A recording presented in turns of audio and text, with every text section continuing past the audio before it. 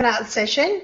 We're really excited to have a group of our last year's award winners.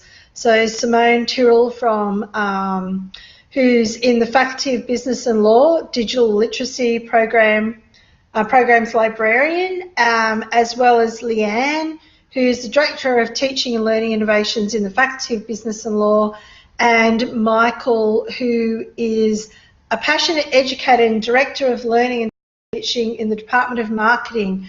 And they're all from Deakin Business School at Deakin University. So welcome. Today they're going to be quite exciting, really, presenting their professional literacy suite. And this is part of like a set of 3 embedded literacy modules that really help the graduate learning outcome of digital literacy and supporting employability that they've been put through at the university. Is that, Leanne, is that enough of an introduction? Oh, we can see you now and everything. Oh, we should have started with seeing you. That would have been great. So welcome and thank you so much for doing presentation today. It sounds fabulous. You can see there's about 65 people in the room at the moment, or 62 plus us, so that's great. So I'm going to mute my microphone and let you explain what you're going to talk about so much better than what I did. Thank you.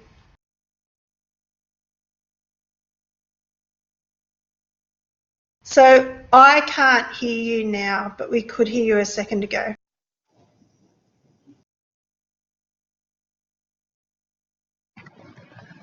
Can you hear us now? Yes, excellent, thank you. All right, so we didn't realise you couldn't see us while we were sharing the screen. I'm Simone, just so you know who's who. I'm Michael. I'm Leanne.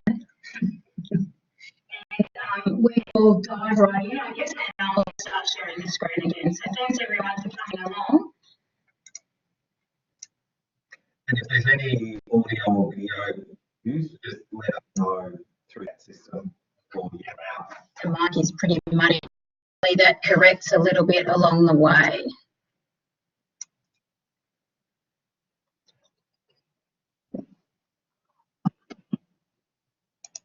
What do you want me to do? Turn the webcam off. Okay. Can you see that okay? Yep, perfect. All right, so I will get started then. So the Professional Literacy Suite was developed for the Bachelor of Commerce. It is, as Chris said, it's a set of 3 separate online modules that we developed for digital literacy as part of the Bachelor of Commerce major course enhancement in 2015. So as part of this, the faculty recognised the expertise of the library in digital literacy and invited us to collaborate with them to integrate digital literacy across the Bachelor of Commerce.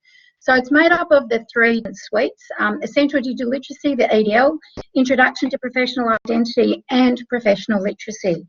So the EDL, the EDL and the Introduction to Professional Identity are both embedded in first year compulsory units across the Bachelor of Commerce. And Professional Literacy is scaffolded across 3rd year in all the majors in the compulsory capstone units. So we don't embed in 2nd year. We have a graduate employment section here, and they do a lot of employability assessment across 2nd year, so we leave that one alone. So the Bachelor of Commerce is the biggest course here at Deakin, where 1 in 10 students are actually completing that course. And as Tom said, essentially this came about because there was a review of the Bachelor of Commerce, which is a very large course. And one of the things that we are very grateful about at Deakin is the fact that all of our courses have graduate learning outcomes embedded in them. And one of those graduate learning outcomes revolves around digital literacy and another one around employability. But what we found during the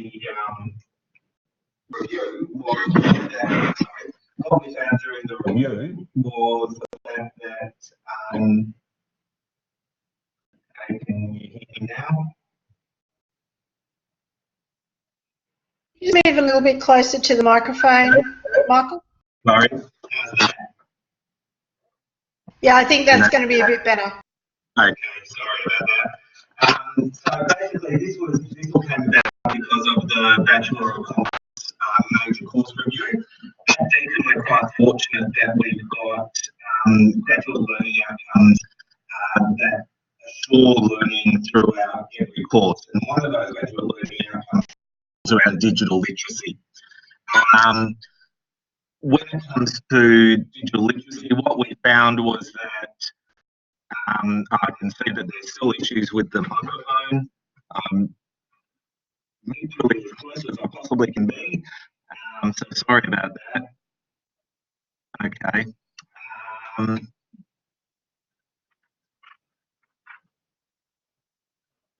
Okay. Any microphones, unfortunately. We're going to try and get them, so just bear with us. Sorry about that. We are getting a headset mic.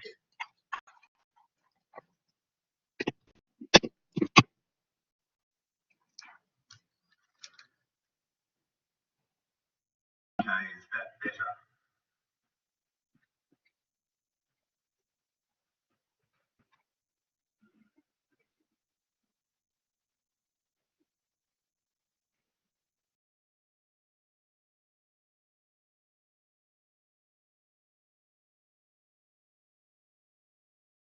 Is that better?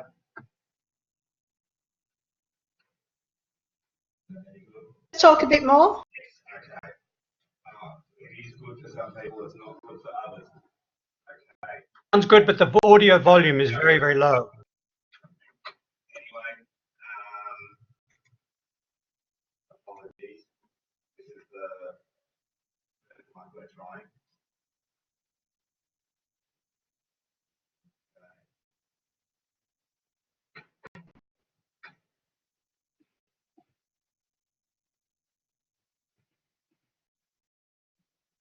All right.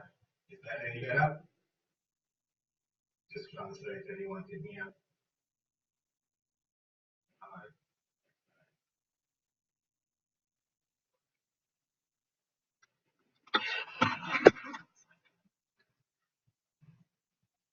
Is that any good?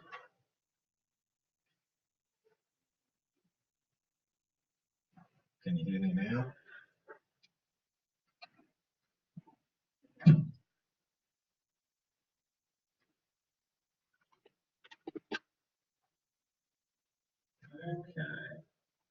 Okay, testing 1, 2, 3. Testing 1, 2, 3.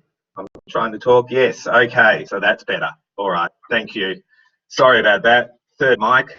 So here we go. So what I was going to say was that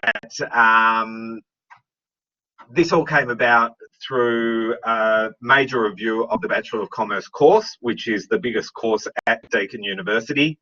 And digital literacy, we're quite fortunate is the fact that digital literacy is one of our graduate learning outcomes here at Deakin. So all courses have to assure that students have attained the relevant digital literacy skills related to that course. But as we saw at the ASCILITE conference, and as the literature tells us, students are not what we call digital natives. There are problems with their skill sets, and what we found here at Deakin was that digital literacy was actually addressed differently in different units, but also even differently in the same unit when a unit chair or unit coordinator would take the unit. So it might be addressed in a certain way in trimester 1, and then someone else takes over the coordination or the chairing of the unit in trimester 2, and the aspect of digital literacy changes again. So what we had to do was, and it took a bit of time, was we eventually got to the point where digital literacy is embedded through the course as a hurdle requirement. So it's 0 credit points, so students don't actually get any marks for it. But what they do get is they get the ability to submit their next written assessment task. So there is a consequence if they don't complete the digital literacy modules. There's pre and post self-assessment, so students can actually rate their abilities and their experience and their confidence levels before they start digital literacy modules, and then again after they've completed it. So that they can actually reflect on where their starting point is and also where they're finished.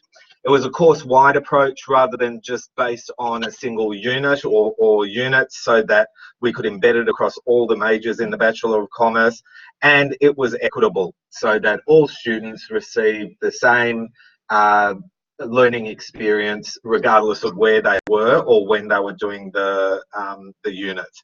It was based on established frameworks like Deakin University's library and multimedia portfolio and also JISC, and it was designed to be quite discipline specific, embedded within that business and law Bachelor of Commerce area, but specific to the different majors so that these skills could be transferable, sustainable, customizable to those disciplines, authentic, and based on active learning principles. Thank you, Michael. My name's Leanne. What I want to do first is really get to know our audience. We have quite a large number of participants here as well. So what we want to do is really to get to know you, so where you are around the world, because part of our presentation, we have a multidisciplinary team that came on board to actually put together this project and this process of embedding digital literacy into our curricula as well. We've got 3 polls that we want to have you participate in. So if you could go to polev.com/BCEL, so BCEL1, then you can also just drop down your pin. Now we've also added in the URL to the poll in the chat area as well. So just showing you at the moment.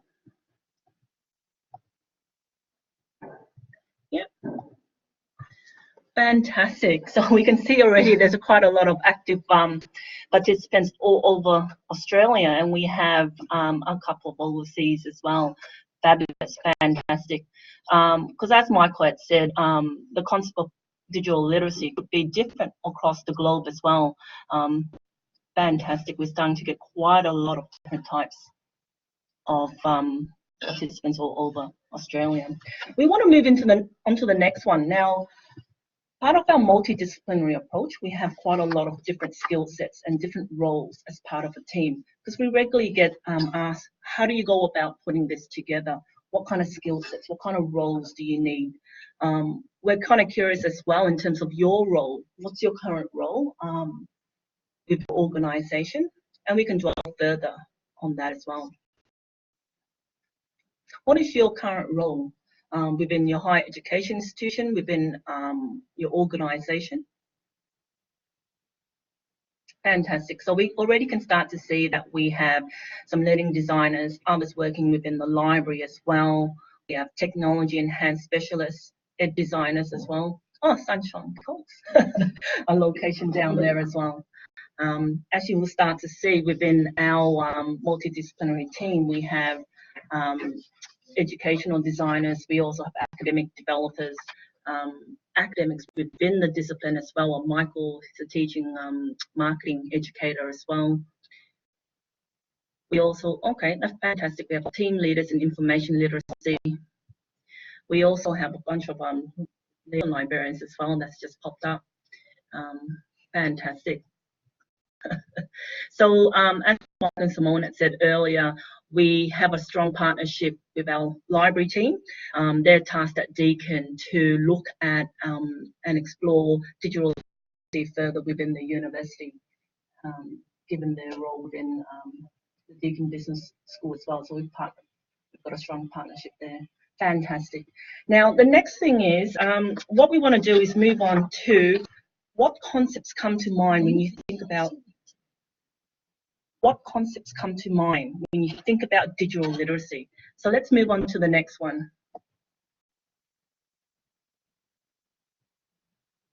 The concepts, the definitions of digital literacy is quite diverse across the globe. when we started off with this project a few years ago, we had to sit down and really have to think about that. Deakin University has a definition and a framework, but then we also had to look at different frameworks and models as well and contextualize that to the Deakin Business School. With our model of digital literacy and professional literacies, when we've embedded it into our courses, we've contextualized that further into our marketing, into our property and real estate, Bachelor Business, etc. down the track as well. So that's really important, having a baseline definition and framework and then further contextualizing it into the course. Fantastic. You can see already that the word cloud is popping up with quite a lot of different types of concepts that are there. So with that, that's a basic introduction to that as well. But thank you. You can see that there are quite a lot of different ideas that's popped up as well. That will feed into this presentation and give you some insights to the area of digital literacy.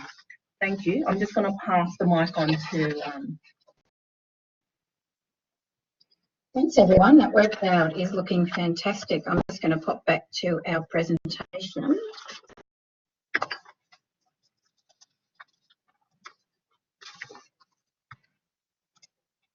And I'm going to show you our, you can keep entering words onto that word cloud if you like, but we thought we'd give you a bit of an idea of how long and how we've gotten to where we are at the moment.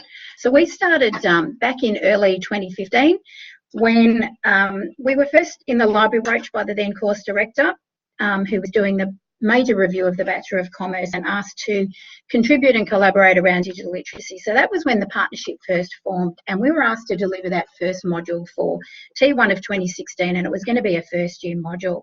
So from here the library began to map the course learning outcomes to Deakin's digital literacy framework. We identified the skills and design. There was a lot of to and fro with the faculty here, getting the concepts right. We were choosing technologies, we were creating the scenarios, the activities, the videos. We were actually building this new module and we delivered it for T1 2016 and at this we were working with the course director, academics and with our learning innovation team who Leanne heads, who manage our student learning management system. So for T1 2016, we delivered our first version of the EDL, as Essential Digital Literacy module, which is embedded in a first year compulsory marketing unit. It's a 0 credit hurdle point requirement, so it's attached to their assignment, so if they don't submit, they can't actually submit their assignment. And at this stage, the library team was embedded as part of the unit team for this marketing unit. So once it was embedded in the next trimester, T2, we started working on something third year. At this stage, we were doing environmental scannings. We were looking at what the employers were looking for. We were considering accreditation there. And again, we were mapping to Deakin's digital literacy framework and as well as GISC by this stage. We're also attending a lot of meetings, a lot of faculty meetings to update on progress along the way as well. We delivered that as expected in T2 2017. At that stage, it was called the Workplace Digital Literacy module. It was quite a large module with 4 sections, and it was decided at this stage to do a soft launch in our BCom Hub site only. Moving into T3 of 2017, it was decided, given its size, we would split it in half, and the first 2 sections actually went into a second year unit and the last 2 sections went into the third year unit. So the first 2 were looking at workplace information sources and professional identity, and the second 2 about evaluation and copyright and managing and sharing information. So we tried it that way for T3 2017, and we also had a look at the first section about professional identity and was asked to we're asked to kind of reframe that for first year instead of for third year. So we started having a look at that then. For T1 2018, Introduction to Professional Identity ran for the first time in a first year core unit called Professional. Sorry, looking at the questions as they come through. Sorry, that ran first time in a first year unit. We also started looking at the EDL and we redesigned it for accessibility. So that got a huge overview and a review. We also began looking at that module to reframe it for property and real estate. So we started redesigning the scenario on that one. And professional literacy was created out of the last 3 sections out of the original workplace digital literacy module. For T2 2018, we delivered that new EDL with the accessibility focus. We were building the module for BPRE, real estate, and we started to embed professional literacy across the Bachelor of Commerce. So by this stage, there are a lot of people involved.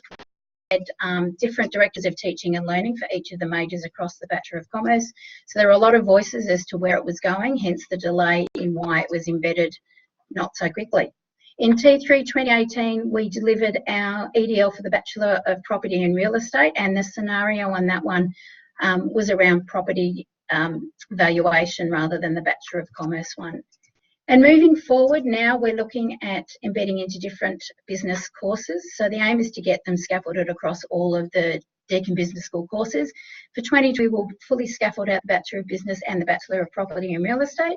And we've also got other faculties who are now doing their own versions of these sorts of things.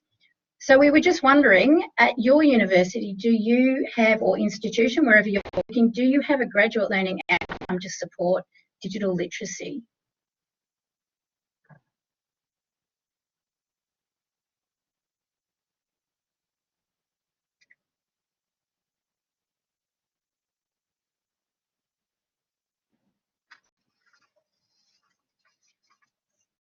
Having a look, there's quite a few yeses, quite a few no's though.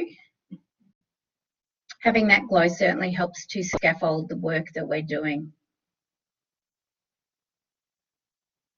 Just give you a little bit more time.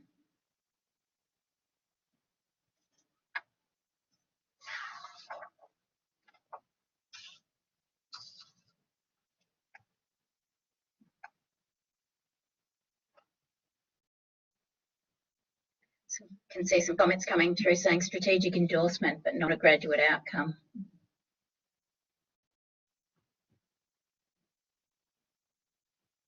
Okay, so if that's everyone who wants to have a go at that, I think we'll move along. Yeah.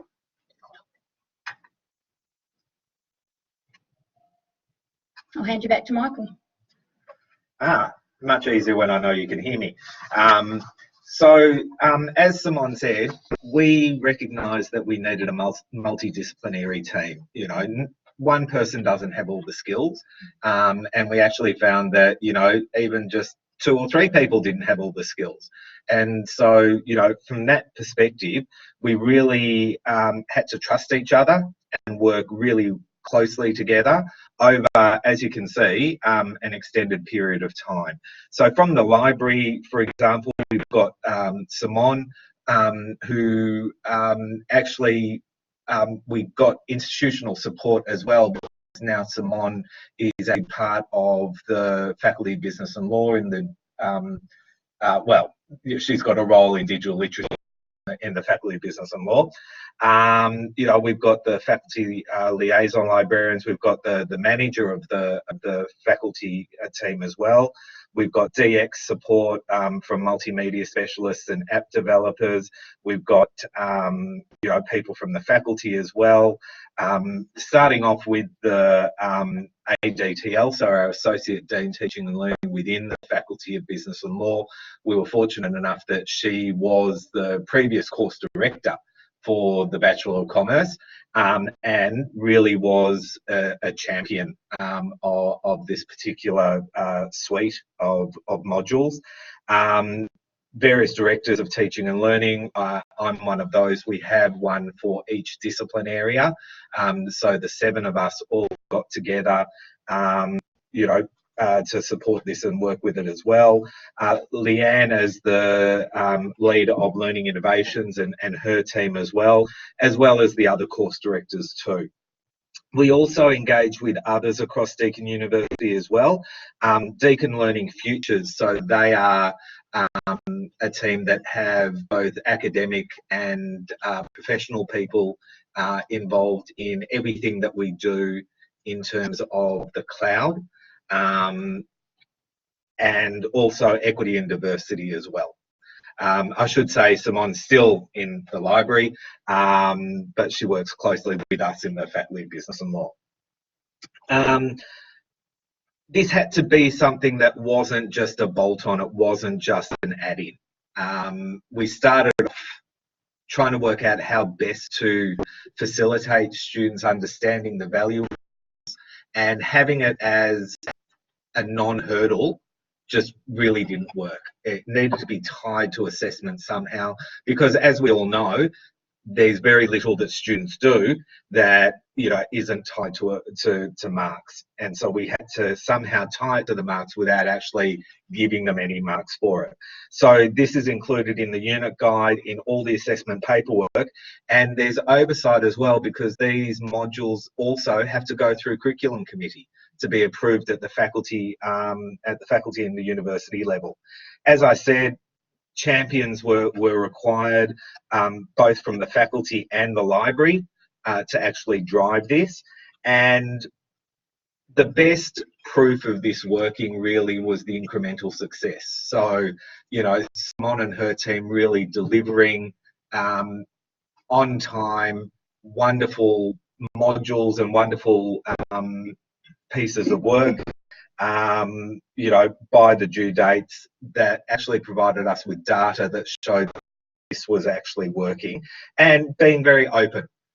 So one of the things is, I'll just get to Kate's question in a sec. So one of the things is we've had several, dare I say, robust discussions at a faculty level, and so we had to be, you know, very open in our discussions. Why was there a decision not to award marks? Because the way that our units are set up, so our actual subjects, we had enough assessment and marks in it already. But what we wanted to do was we wanted to really show the students that this was a particular skill set that would feed into their assessment. So it wasn't part of their assessment, but it would develop skills within the students to actually help them do the assessment itself. So these modules need to be completed a couple of weeks before the written assessment task is due, and we've got some data coming up that we can show you, that will show you how students actually saw the value in them. Student and staff support, we have presentations in class, we also have videos, as well as text-based written instructions, and we have the library team and the language and learning advisor actually embedded in the units as part of the teaching. And the thing is, we had to model this on continuous improvement. These modules had to be reusable, they had to be transferable for different discipline areas, and they had to be scalable because it's such a big course. I'm going to hand over to Simone now, who's going to talk about the modules themselves. Thanks. So just a quick overview of the 3 different modules that we've got. So essentially digital literacy is our first module. That one sits in the core first year marketing unit. That one is scenario based. We place the student at the centre of the learning in this one. It's got 3 sections: finding, using and sharing information, and the scenario threads the whole way through. They've got a fictitious manager who gets them to do certain things the whole way through, using library resources, etc. Those have got short multiple choice quiz questions after each of the sections that are created inside the unit site themselves. They need 80% to pass those and move on to the next section. That one's created in a product called Tumult Hype, and it's got some additional HTML and JavaScript script coding, I should say, in all of those. All 3 of those, I should say, are post self-assessment surveys. The same questions before they start, to have a think about their confidence in digital literacy skills before they start, and we ask them to rate themselves again, and we see a big swing at the end with their confidence levels going up. We also add in a qualitative question in the post self-assessment. So we do that for all 3 of our modules. The second one is Introduction to Professional Identity, again sitting in a first year core unit. It's about creating and managing a professional identity, getting them to look at the view of their identity from the perspective of an employer, whether they're happy with that, managing the risks. We introduced our Deakin Talent Portal, which is part of our graduate employability section. We introduced LinkedIn, and we introduced alumni too in first year. Even though it's early, we introduced that concept there. This one's created in Smart Sparrow, which is an online adaptive technology, which you may have heard of, and it uses the inbuilt feedback, assessment analytics, the grades to the LMS as well. Professional literacy is scaffolded across all of our current 8 majors, going up to 9 next year, and it sits in the third year capstone units, which are compulsory units as well. This one is geared for students who are transitioning into the workforce, so how they're going to take their digital literacy skills into the workforce and how they differ. So how they're going to find workplace information sources when they don't have full access to the library. Ethical use of information looks at not only the evaluation but copyright in the workplace and how it differs in the workplace, so that they're aware of that, and how in the workplace they're going to manage and share their information as well. This one uses Smart Sparrow as well, but we worked with the vendors closely to get some bespoke coding in there for us, and that allows us to implement en masse. So it can be sitting in up to 8 units at the same time, and it recognises prior completion from students. So if they're doing a double, they have the option to drag their grade through from one unit to the other, or redo module. That's entirely up to them. So if they choose to redo it and they get a better grade in the first lesson, they can actually then choose to pull the better mark through to the second unit. And they've all got a little bit of extra coding that allows us to download some material and take away with them as well. Okay, so now we're going to move on to a live demo. I'm going to hand you over to Leanne. All right, thanks, Simone. All right, so what we want to do now is really show you how we've embedded it into our cloud online learning environment as well.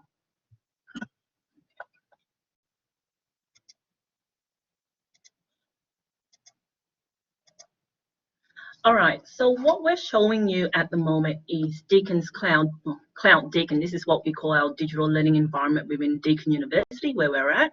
So this is one of our units that we have copied over just to give you a demo. This is where we've embedded one of our professional literacy modules within our unit. This is the home page. So in our resources area, what we've done is we attached it to an assessment task. So within assessment 1, it's a hurdle requirement.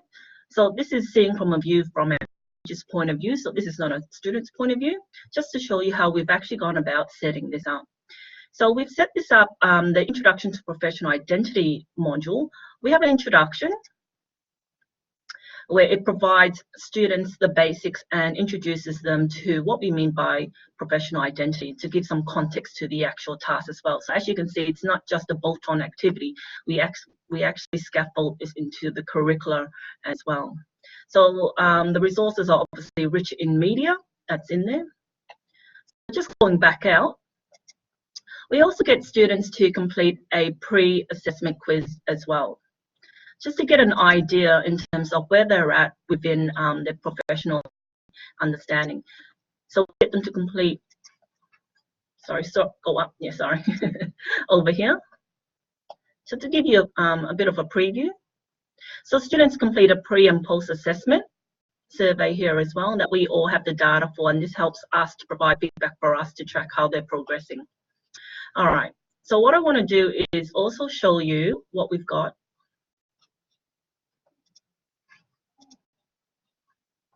Just going back as well. So after they complete the pre-self-assessment, they're then taken to the actual module in itself.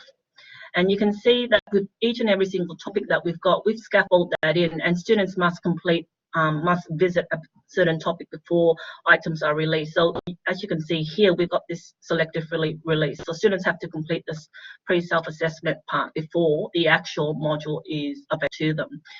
So we've got 2 here, but really we only have the 1. So students will click onto that, and then they would have access to the actual Introduction to Professional Identity module as well. So they complete through that.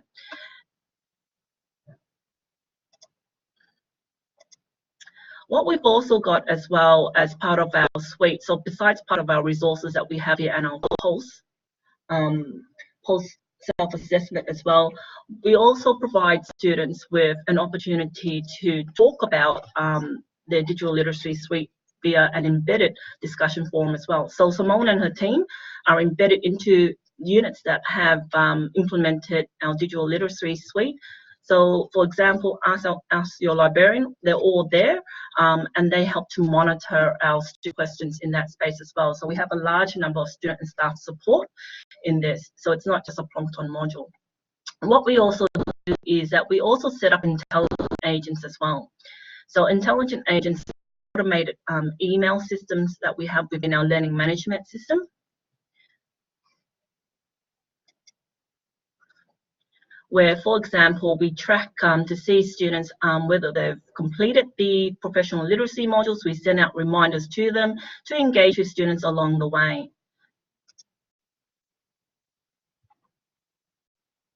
So these are all set up, and it goes through the cycle, goes for every single student and checks to see whether they've completed and how well they've progressed.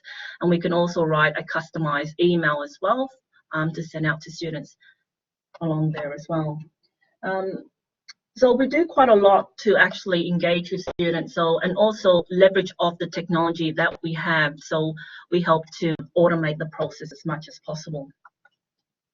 All right, so what I want to do is move on to the next slide.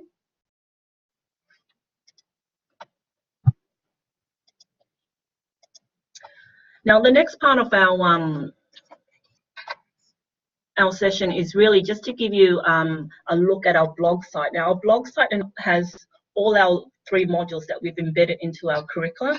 So what we want you to do, if you can, we've got a short URL. It's bit.ly/PLS18. We have that up and running. That's there as well. And we also have copied that into the chat. We also have on the background running our polev.com/bcell1 as well, which we'll also add to the chat again. If you have any questions or comments or feedback, please feel free to add it in there whilst you have a play. What we want to do is actually give a couple of minutes to actually have a play in the actual website. So you can see our website, our blog site, has all our information that we've got there as well. So we're more than happy for you to have a look at that in there. Our modules, I'm scrolling further down here, you can see our essential digital literacy module is available for you to have a look at. And also, if you click on one of these, for example, it will take you directly to the actual interactive module in there as well. So feel free to have a play inside the modules.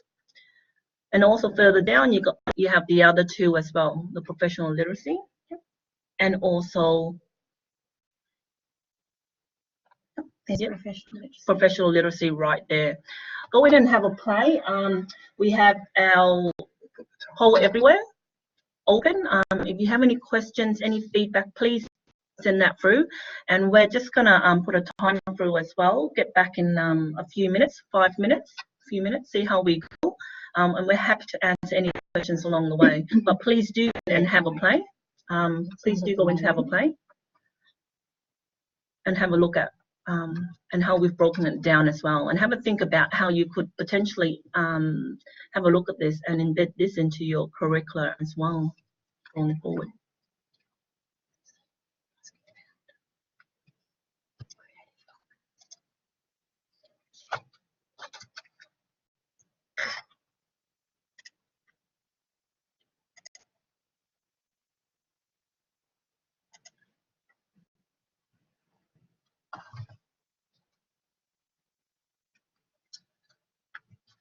Happy to answer questions as they come through. How could other unis embed this? Well, that's an interesting question. It depends on the course and the course structure, I guess. So it's a bit difficult to answer. It really needs to go in compulsory units. So the Bachelor of Commerce is a number of compulsory units, and as you see, we've targeted all of those, and that ensures that we can make sure everyone has the same experience at the end of their degree. So you would need to have a look at the way your course is structured. How can we get your modules and customised? At the moment, they're not under CC license. I guess that's something we need to think about and have a review on. I would need to talk up the chain about that one. But as you can see, those copies in our blog site, you can see exactly what we've put in.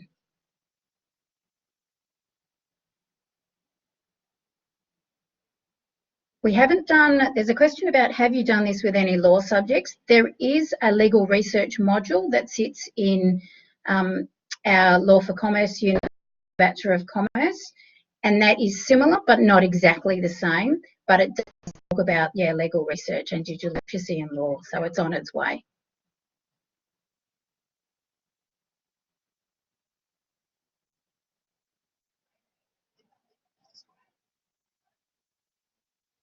We're also looking at a postgrad version at the moment, so there's other things in the works.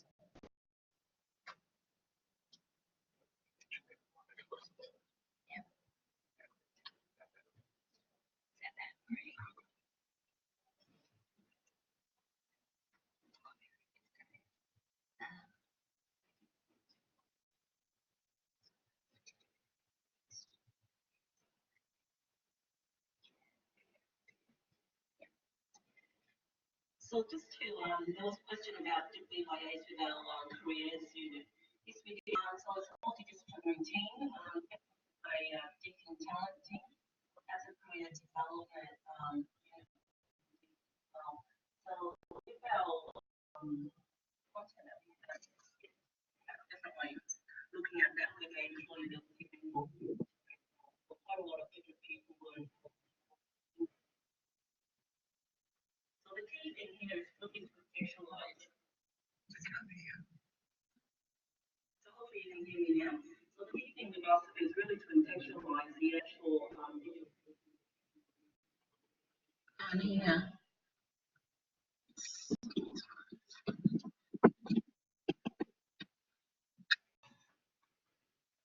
Okay, testing 1, 2, 3. Can you hear us now? Yes. Okay, some people can hear, some people can't.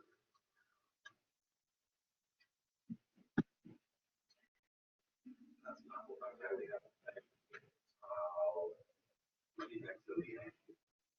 Is that any better? Oh, that's better. Okay. Thanks, Michael. Yeah, so for us, definitely we did have our careers unit, our division within Deakin University involved as part of our planning as well, because our digital and professional literacy modules have an employability angle to that as well. And as we've said earlier, we've scaffolded it into the curricula and also have that as a hurdle requirement to develop the skills required for students applying. So typically, you know, in the past where we look at developing learning outcomes with students, we tend to put it in, but with the work that we're doing, it's quite actually important to actually develop the skill sets, have the resources and support for students to develop those particular areas as well. So we have that in the online learning environment. We have Simon's liaison librarian team as well within our unit sites and as well as in our classes as well to help our students. All right, so 5 minutes have been up with that. So thank you for all your questions, feedback and comment. I'm just going to pass it on to Simon. I'm not sure if we answered the question about will the legal research module be available on the website. That one is sitting with our law librarian at the moment. Was created in H5P, so a different technology again. I can certainly discuss that with you, but I can't answer the question right now. But you can keep adding questions to that or email us directly or through chat, etc. And yes, the webinar is being recorded, Pat. Just saw that one come through chat. So we've got a few minutes left. We thought, given that we've got a little bit of time, we'll take you through some stats. So since we began in 2016, you can see our EDL's run 10 times, and we've had just short of 9,000 completions on that one, just over 2,000 on the Introduction to Professional Identity, which was introduced in T1 2018, and the Professional Literacy in T2 2018, we've had 1,600 odd, or almost 1,700, so just over 12,500 completions on that one. And you know, one of the things that we were very careful to do was make sure that we got data, because that was part of our, well, essentially our brief in this project team to demonstrate the effectiveness of these modules. And so students have to complete a pre-assessment and post self-assessment. And you can see that after completing the modules, students being confident or extremely confident in their digital literacy skills stand, you know, between 95 and 99% of all students. They come into the modules sometimes being not confident at all, but sometimes being quite overconfident, which is really interesting. And some of the qualitative responses, qualitative data we've got actually talk about students mentioning that they needed to unlearn everything that they thought they had learned about it means to be digitally literate, and relearn it in the way we do things. The fail rate for the assessment is tied to these modules more than halved, and an increase in grade levels across the digital literacy graduate learning outcome. And so there you can see that there was positive impact on GPA, and we know that there was an impact on progression, although how much of sort of retention and progression could be attributed to the professional literacy suite and how much could be attributed to other aspects of the course, we can't say, but we can say that, look, it definitely did have an impact on student results. And you can, some of the student feedback, some of the qualitative feedback there, you know, it talks about it being, you know, just so positive and so valuable, and how much it improves student information. It has certainly made it from an academic, from a course, from a unit chair perspective or unit coordinator perspective, it has made our jobs a lot easier as well, which is really good. So yeah. You know, that's the data we've collected so far from the, you know, 12,500 students that we've had go through those PLS modules. Yeah. So look, that's, you know, that's us talking at you. I mean, we've given you some time to have a bit of a play. Now that you've got the link, you can play further in your own time and have a look at it. You've got access to the blog site, so you can see the work we've been doing. I'm just going to hand back to Simon, because there was a question there about what we actually define digital literacy as here at Deakin. So here's Simon. Hi, our current working definition is using technologies to find, use and disseminate information. That is actually currently under review across the university as we have grown.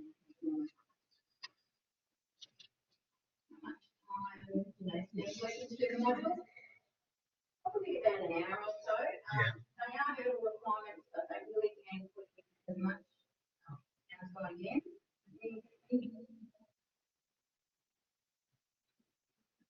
Now?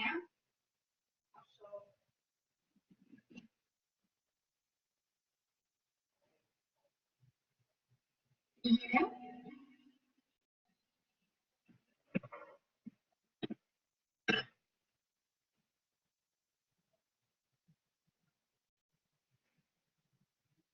Not sure what's happening with the sound.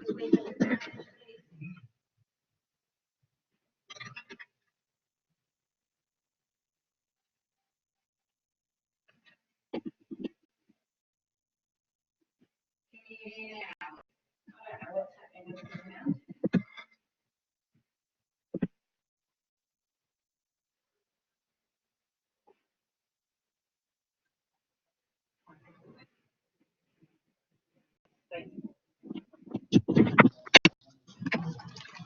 you hear me now?